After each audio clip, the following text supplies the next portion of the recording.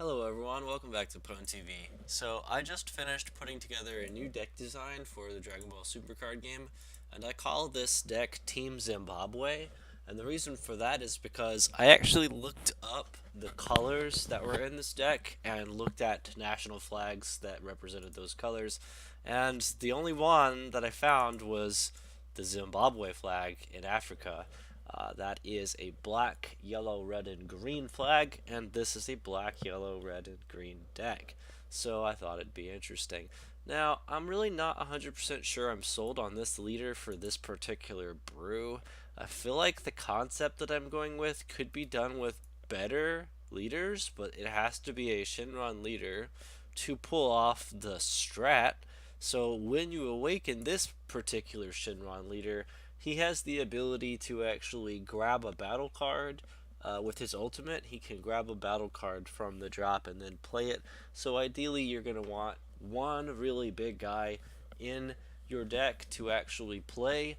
And the previous deck list that I ran with Parunga as the leader was running a Bobbity finisher, a 6-drop Bobbity finisher, and it was basically a mono red or a red black deck, and it worked fantastic. This particular list, I'm just kind of migrating away from Bobbity and into another kind of amalgamation between several decks that I've actually come up with.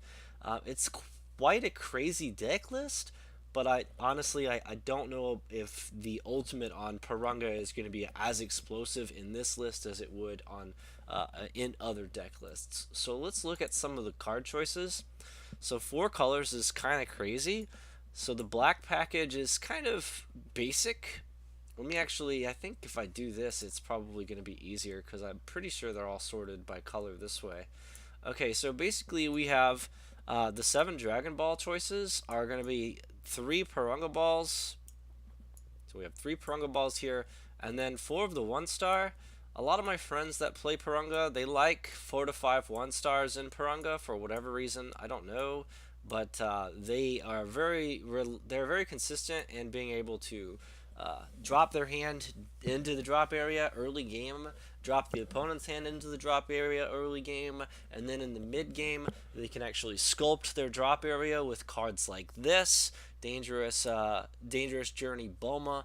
This card actually works really well with the 1-star ball because it can actually put the targets that you dropped back into the deck, and if you're playing Bobbity, you can put all your Bobbity targets into the drop and then put all of those same targets back into the deck, and then the Bobbity can be played from the drop with Parunga's ultimate, and it's explosive. But this is not the list that we came up with for this deck, right? So for this deck, there is no Bobbity, and we're not really going to have 6 red charged in order to actually get that Bobbity to go off. So what's our win con? Well, it's pretty basic for a Shinron deck. You're basically running 4 copies of the black super combo. Any super combo that you're allowed to use that's 2 or less energy cost would be sufficient enough, I think. But I feel like this one's the best for that particular leader. But it works quite well with the deck simply because it is a battle card, so you could put it back with Dangerous Journey Bulma if it's in the drop. And since it's a 2-drop battle card, you can actually Child's Wish it into play with this Child's Wish, and also with World Peace if you need to. And in addition to that, you can also play the 2-drop Temporal Rescue Trunks from the drop area. Whether or not you used it before is irrelevant. You can just simply play it from the drop area with the Shinron. So the Shinron is really strong with the Temporal Trunks as well. Okay, so that's pretty much the whole black package. There is a new black card that's very explosive. It is called Newfound Power Parunga. And there are multiple copies of these one-ofs in my side deck, which I really am not finished with, but I'm working on it still. Newfound Power Parunga is pretty good. So this is basically a Chain Attack Zeno for black. Basically, you can either use it to draw cards when you tap it with its first effect, or you can do its middle effect, which I've never done, which I don't even know what it does. It says choose one of your battle cards. It gains 10,000 power until the end of your opponent's next turn. So you could make one of your battle cards big enough to actually survive. I don't think that's going to be as good, but you never know. It could be pretty explosive. But the last effect is really strong because if they have a board state where they have a lot of synergy between their battle cards that are in play, like let's say, for instance, they're playing dogs, they have all of the trio de dangers out. Well, that could be bad for you. So when they start getting that board state where all their dogs are out, you can actually just boom, as long as they're as long as they're legal targets for this, which does ignore barrier, so you could just do this. You could just tap this guy, and then all of the board is fucked, right? So you can actually recover that way.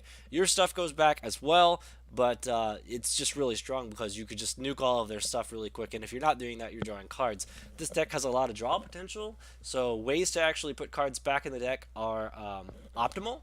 And there is a set 6 Shenron leader coming out that actually puts 20 cards back in the deck as the ultimate. So you can basically draw your whole deck and then put it back into your deck, and you're immune to Janemba. It's fantastic. So if that's the metagame moving into set 6, a bunch of Janemba decks, then I'm just going to pick up the set 6 Super Shenron leader and then rock that because I don't really need the ultimate. This ultimate effect is not going to... I mean, it would win games if it was a Bobbity that I was pulling, but the typical Shenron play is the original Dragon Ball Shenron. You just give your guy triple attack and then swing, swing, swing and kill them. This deck is a little bit different. I'm actually trying to drop your hand into the drop and then get rid of it from the drop, and it's a very control-oriented deck. I'm able to draw a bunch of cards, and I'm playing so many different colors that my opponent will never have an edge because they won't really know the strategy to use to actually beat my deck. Since I'm playing so many different colors, they'll be completely confused the entire time. But I do know how all of these cards interact, so I feel like the extra color might not actually hurt me so much. Okay, so to finish the black package, there's a Dragon Radar in the deck. This is going to basically get any of your desire cards back. That's what it does. If you do draw it at the moment where you actually deal a life point damage to the opponent and they have one card in hand, you could actually use it to get a 1-star ball back, and then you could just make them drop the one card that they have in hand. No problem. Easy peasy. You could just do that. And then the last black cards are 3 Power Burst, because sometimes you do need to draw your life. You are looking through your life when you use this leader's effect on his front side. He looks for Dragon Balls in his deck or his life, so you get to see what's in your life. And if you just happen to glance at it long enough to know what's in it, then maybe taking the life is an educated decision for you, and you might just do that. So Power Burst is really strong. It has the additional effect of being able to return a 1-drop to your hand from the drop area, so anything that's a 1-drop battle card can just go back to your hand, and they're making more and more really, really strong 1-drop battle cards. Power Burst is just getting stronger and stronger and stronger. I really like this at 3. I think 4 is too many. I think 2 is not enough. 3 in any black deck that's running any black deck is going to be ideal. Okay, so it can get back Dangerous Journey Bulma. It can get back a lot of your 1-drop yellow, red, and green cards that I'll get to, and those are plenty of targets for Power Burst. Even if you're not getting anything back with Power Burst, it's still a super valuable card to actually play. Just a regular negate for 1 of any color, or it's able to grab your life card and get you a battle card back either way. So really cool card. I really like it. So that is the entire black package. You can see the deck is basically half black. I did make sure to tweak the numbers in such a way that it was as small of a black package as possible, because ideally I don't want a black package to exceed 20 cards, and this is almost, I think this is about 20 cards here. So the other 3 colors are all about 10 cards apiece. I think I've got 8 green, 8 red, and then the rest is yellow. Okay, so here's the green card choices that we made.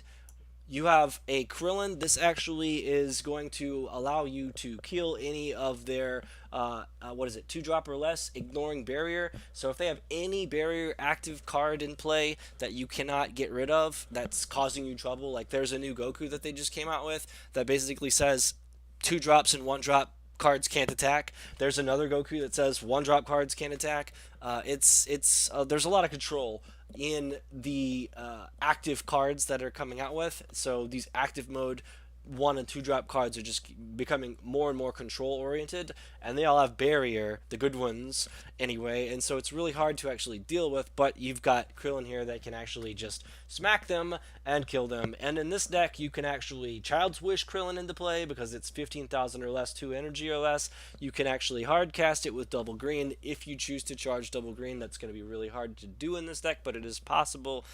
You could just charge this guy if you find out that they actually don't have a card that you really care about KOing, then you could just charge this, and then you have your green charge for the rest of the game. So there's a lot of ways to use the Krillin. Plus, he's an Earthling, and we'll talk more about that when we get to the red package. Other cards that are in the green package, another Krillin, because why not? Do you see a theme here? He's another target for Child's Wish. He's another green energy. He's also an Earthling, and he has blocker. So a very handy card to use in a deck like this, and he has so many different situational plays that it's ridiculous. I use him in a lot of decks these days, and I really like how he's performed so far from set 6 moving towards sets from set 5 moving towards set 6. I like the one drop blocker Krillin pretty much, especially because he's an Earthling, which we'll get to. So other green cards, you have to have the Spice guys. So you have the King Vegeta surprise attack wedged in here. This is basically going to be like, oh, you want to attack my battle card? All right, well, if that's the case, I'm just going to go ahead and kill your battle card. Oh, you're ignoring my battle cards and you're swinging at my leader the whole time? I'm just going to tap to block, and then I'm going to fucking give it revenge. Do you see? Like, there's just a lot of tricks that you can do with King Vegeta surprise attack. Why not play this card? This card is so good. But I only like 1 to 2 copies in a deck. That needs to be noted because you don't want to get flooded with this card and really no blockers to force them to attack. So that 1 is a really strong number, I feel. And most of my friends agree. Another card that makes a really good 1 to 2 copies in deck is Full Power Energy. This is going to snipe a lot of those pesky 1-drops, including this Krillin here. And it's always been really good, you guys. This card's always been really good. It's going to negate the attack for 1 green, and they're really not going to expect it because they probably don't even know about any green negates. A lot of the players in this game, they just never see this card, so they're not prepared for this card. So they'll walk right into this trap, and you can just get him. Now, again, you don't want the deck to be too flooded with extras, so I only run the 1 copy, and I would max out at 2 if I wanted to, so maybe side deck the other one. More green stuff. More targets for Child's Wish and for Shinron. That's going to be your Chilai the Beautiful here. This card is really strong, and I'm trying to work some number of Chilais in every single deck that I play that has green in it, and maybe even some decks that don't have green in it, because the effect that Chilai has is amazing. This card basically says when one of your opponent's battle cards is KO'd, your opponent chooses 1 card in their hand and places it in the drop area. That's great, because you can control their hand throughout the entire course of the game with enough Chilais and KO effects. You can really fuck somebody's hand up pretty hard with this card. And they really focus it, and you can bait them into focusing it by swinging it at them. Since it's 15,000 power, it is a force to be reckoned with and can win the game by itself. So they do have to swing at it if it's their turn, and that just makes your King Vegeta surprise attack even scarier. So there's just a lot of ways to use Chilai, and do not underestimate her 15,000 power. I see so many people not attacking with this when they clearly have an easy 15,000 here. Yes, you're going to give them a card, but not necessarily, and either way, the goal is to deal 8 damage to your opponent, so crit or otherwise, if you're going to be able to have tricks next turn with Vegeta's surprise attack, then why not attack with the Chilai? I had a board state in another deck where it was the 1-drop newfound power Gohan, the crit Gohan that takes a life, it gets crit. I had that in play, I had Chilai in play, and I had a red Yamcha in play, and all of these guys were 15,000 tapped. And on his turn, it was like 5,000 Gohan and then 2 tapped 15,000 dudes. What do you attack? You have 1 swing. What are you going to swing at? And this guy took so long to figure out what to swing at, and he didn't know. And there wasn't a right answer because they were all tapped and they were all really good targets to attack. So very strong, especially if it's tapped, it can really screw with somebody's head. Okay, and the last couple of green cards that I added to this deck are going to be 2 copies of Spirited Search SS Trunks. This card I've noticed is becoming really popular in Shinron decks because of its mechanics. It has the ability to be Child's Wished into play because it's 2 energy, 15k or less power. It also has the ability to be played off of a Shinron, and it's just an amazing card when you do these sorts of plays because if you read the effect, the auto is when your life is at 5 or more and you play it, you can choose some Dragon Balls and place them in the drop area. That allows you to use your wish mechanic to actually awaken your leader and be on the flip side of that leader card. So the auto allows you to do that on this card, and you're playing it for free in some cases off of a Child's Wish or a Shinron. That's really strong. That can change the entire turn for you. And in the late game, after you've already flipped your leader, the activate main that you got on this card is really strong. It says when your life is at 4 or less, you most of the time will be at 4 or less in a deck like this where you take your own life and you are just letting attacks go through occasionally. So you will go to 4 or less life. So this activate main is going to be really strong. You can basically say, I'm going to choose a green or black desire card from my drop area and add it to my hand. There's nothing in the game right now that can move a dropped extra card to your hand. There's nothing in the game other than this. This is the only card. Your opponent has no way to touch your desire cards in your drop area. At the moment in time, there's no possible way to touch desire cards in your opponent's drop area. So as the opponent, having the Spirited Search SS Trunks in the deck, there's nothing you can do about my desire card. So whenever I play this Trunks, I have my desire combo that I can pull off with this activate main and just keep recycling the desire card. The leader card allows me to play desires for free once per turn, and this Trunks is allowing me to recycle that desire card once per turn. It's nuts. What the fuck were they thinking? This is a broken combo and there's nothing anybody can do about it because, like I said, the only way that the opponent can manipulate your drop is by using King Yama or similar cards and actually sniping battle cards only, non-black cards only. Well, guess what? Desire cards, the ones that this deck run, are not battle cards and they are black. They are not non-black. So you can't touch them. So yes, very strong mechanic with the Trunks. Okay, so that is the entire green package for this deck list. And I'm actually going to try to make room for the red package here, because that is about the rest of the deck. So let's see here. We have 4 Yamchas, so I'll place the Yamchas out. The idea when I sat down to make this deck was to keep playing some of the same cards that I have been playing, and some of the cards that I have been playing include Yamcha and Chilai. So I thought, well, let's make an Earthling tribal deck. Yes, Chilai is not an Earthling, I'm aware, but she's also not a 4-of in this deck, so it's more streamlined, catering towards the Earthling effect that Yamcha has. Yamcha's a great card, you guys. This card looks like it's double red, but when you size it, when you put it in a deck along with this Poir, it's actually 1 red and a colorless, and it gets pulled out of your deck. Because what happens is you can charge one that's in your hand because you run 4 copies, and you don't have to charge double red for the entire game. Because the other copies that are still in your deck, you can use this Poir's combo effect. His auto effect is when you combo with it on any turn, yours or theirs, you just play a Yamcha from your deck. You play it on any turn whenever you combo with Poir. So Poir is only 1 red specific. You combo him away, you get a 5k boost. That's clutch. And then you get a free 15,000 Yamcha in play. What does he do?